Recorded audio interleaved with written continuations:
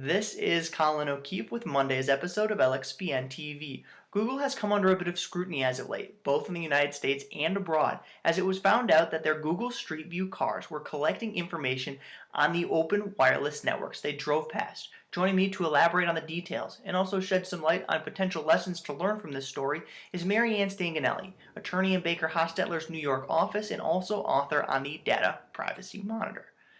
Maryanne, first, can you explain what happened here and what penalties did Google face both here in the United States and over in Europe? Sure. Well, anyone who's ever used Google Street View, which is most people who use the internet, can see that Google, when it collected this data, has collected anything, people on the street, buildings, landmarks, whatever. The issue here is that in addition to that data, they also, between 2008 and 2010, collected data from unsecured wireless networks. So this would be fragments of emails, pictures, passwords, things like this. So when this came to light, it caught the attention of prosecutors. There's been investigations in various jurisdictions. One of the first people to look into this was in Hamburg, Germany. And most recently, the data protection commissioner there issued a fine against Google in the amount of $190 with 150,000 euros. And this was after the state prosecutors had initially had a criminal investigation against them, which they shut down. And so the fine was for a negligent violation. If it had been an intentional violation, it would have been about double that, so 300,000 euros. But even that is not so much for a company the size of Google and other large companies. The issue with penalties here is more about what's coming down the line. In the EU, there are a number of changes to their Data Protection Act that are going to be enacted in the next year or so, and one of them would include an increase in fines for violations of data protection laws to 2% of a company's annual profits or sales, which would be a lot more in a case like this. In the United States, just recently, in March, there was an agreement between Google and 38 states' AGs and the District of Columbia who had investigated this same exact behavior, and Google agreed to pay $7 million in a fine there.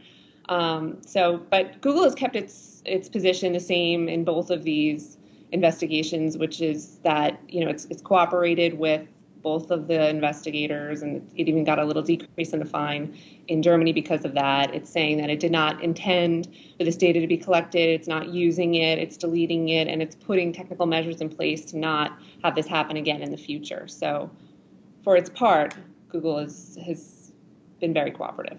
I see. And second, what's the lesson for companies here? Is accidentally collecting data, as Google claims it did, really that prevalent a problem? Yeah, well, I think that for a company as large as Google, collecting tons of data all the time, that's not comparable to much smaller companies. I had heard earlier today that Google can collect as much as 750 megabytes in a second through its cars when it travels through the streets.